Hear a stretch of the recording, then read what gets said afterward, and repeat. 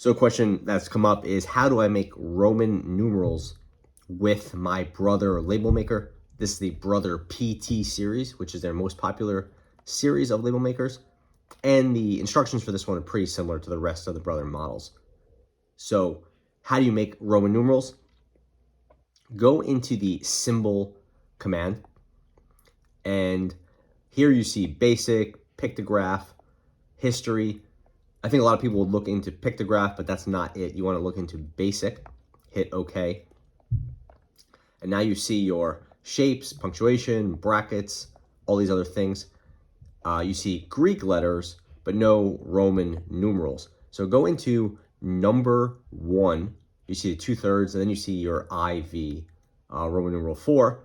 Hit OK. And now,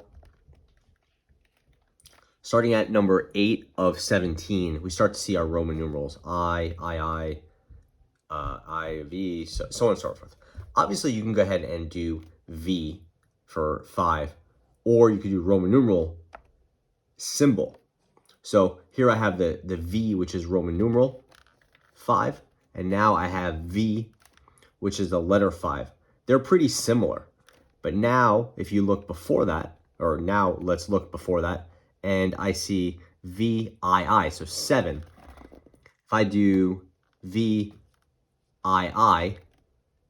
as 3 symbols, it's actually you're taking up twice the space as you would if you're using the Roman numeral.